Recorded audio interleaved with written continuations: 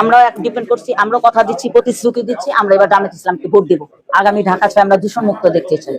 অনেক দলই দেখলাম, তবে আমরা এবার জামায়াত ইসলামকে আমরা দেখতে চাই, দেখি ওনারা আমাদের জন্য কি করেন। ডক্টর খালেদুজ্জামানের পোস্টার আলহামদুলিল্লাহ খুব ভালো লাগলো।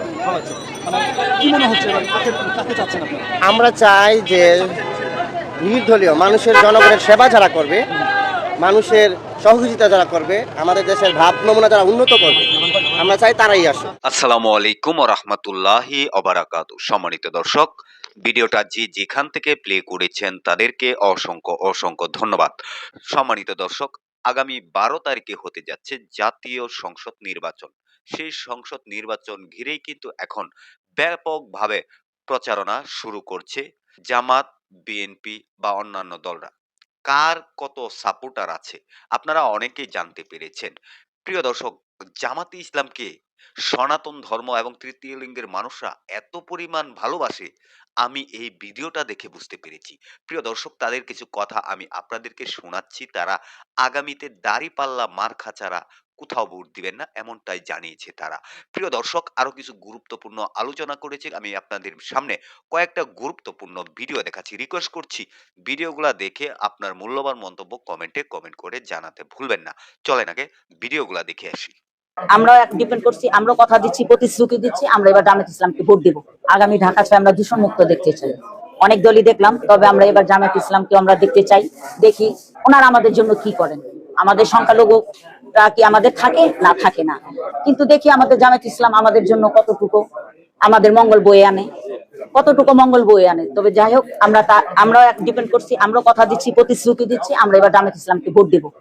ভোট দিয়ে আমরা দেখবো যে আমাদের জন্য উনি কি, মানে জামায়াত ইসলাম কি করেন, এটা হচ্ছে।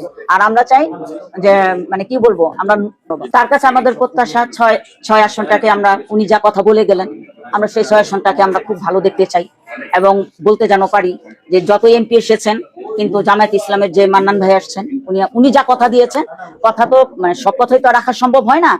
মানে 100-এর মধ্যে যেমন 70-75 এই কথাগুলো থাকে। হ্যাঁ, এই প্রত্যাশাগুলো আমাদের, ওই যে এলাকা বললেন, আমাদের সরকারি একটা হাসপাতাল, সরকার অনেক কিছু আমরা দেখতে চাই, যে আমরা ভুক্তভোগী, যেমন মান্নান ভাইয়ের কাছে আমরা অনেক কিছুই আমরা আশা করি। যেমন এলাকায় ছিনতাইবাজ, নারী কেলেঙ্কারি, চুরি ডাকাতি বিভিন্ন কিছু হচ্ছে, এগুলো উনি তো বলেই গেলেন মান্নান ভাই আমাদেরকে, যে এগুলি উনি মুক্ত করবেন। তো ওনার কাছে আমরা এই প্রত্যাশা।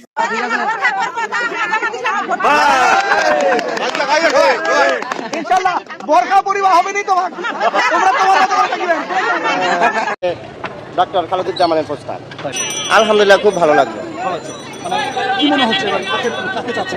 আমরা চাই যে নির্দলীয় মানুষের জনগণের সেবা যারা করবে, মানুষের সহযোগিতা যারা করবে, আমাদের দেশের ভাব নমুনা যারা উন্নত করবে, আমরা চাই তারাই আসে। দুর্নীতি, চাঁদাবাজি, টেন্ডারবাজি, মাঠ দখল, জমি দখল, মার্কেট দখল, এগুলো আমরা চাই না। আমরা চাই সুন্দর সুষ্ঠুভাবে যে আমাদের রাষ্ট্র পরিচালনা করতে পারবো, আমরা সেরকম লোক চাই। এরা যেই হতে পারে। কি মনে হচ্ছে জামাত ক্ষমতা আসলে কি যেগুলো বললেন আপনি, চাঁদাবাজি, দুর্নীতি, মাঠ দখল, জমি দখল, এগুলো কি বন্ধ হবে? ইনশাল্লাহ হতে পারে, আল্লাহ চাইলে সব হবে। আমার হাতে আছে ডক্টর খালেদুজ্জামানের পোস্টার, 17 আসনের, গুলশান, বানানী, ধানমন্ডি, ক্যান্টনমেন্ট, বাড়িধারা। কেমন লাগবে? খুব ভালো লাগবে, থ্যাংক ইউ। কোন জমিদারের বাচ্চারে এখনকার ঢাকা হাটে ভয় করে না।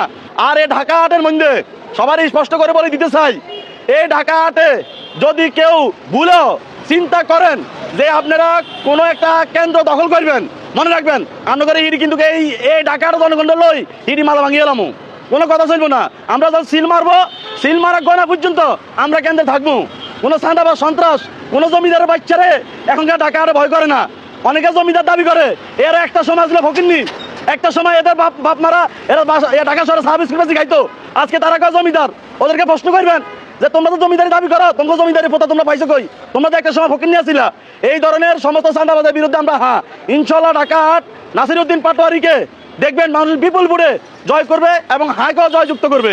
ডক্টর মান্নান আমার লোকদের স্লোগান বন্ধ করে দিয়েছি আপনাদেরকে দেখে অনেক, কারণ সম্প্রীতির বাংলাদেশ গড়তে চাই আমরা। এই সম্প্রীতি আমাদেরকে থাকতে হবে, সম্প্রীতি না থাকলে হবে না। আমি বিশ্ববিদ্যালয়ের শিক্ষক, ঢাকা বিশ্ববিদ্যালয় থেকে পিএইচডি করেছি।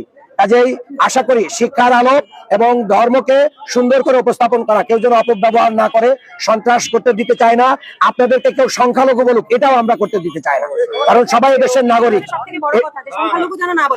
Yes, আমরা নাগরিক। Yes, yes. We all are Bangladeshi, ঠিক আছে? আপনি আমি একই অক্সিজেন, একই আলো বাতাস, একই মাটিতে আছি, ঠিক আছে? জন্মভূমিটা তবে তবে তবে তবে সন্ত্রাস, চাঁদাবাজ, দখলবাজ, মাদক কারবারি, অন্যায়কারীদেরকে আমরা প্রশ্রয় দেবো না। আমরা ভাই কেমন আছেন? খুব ভালো আছি ভাই। আল্লাহ।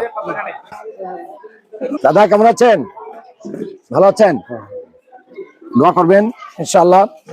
দিদি আপনারা কেমন আছেন?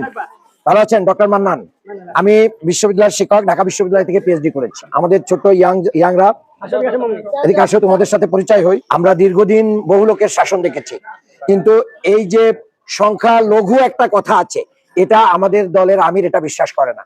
আমরা মনে করি যে সবাই দেশের নাগরিক, সবাই নাগরিক, এই দেশ সবার।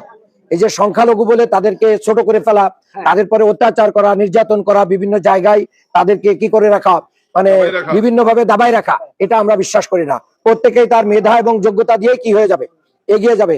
এই যে আপনাদের ধর্মের লোকদের ভিতরে বহু ডাক্তার আছে, বহু ডাক্তার আছে, তা ডাক্তার তো আর এমনি এমনি হওয়া যায় না, এত পড়াশোনা করতে হয়, তাই না? তাহলে যোগ্যতা দিয়েই কি সবাই এগিয়ে যায়।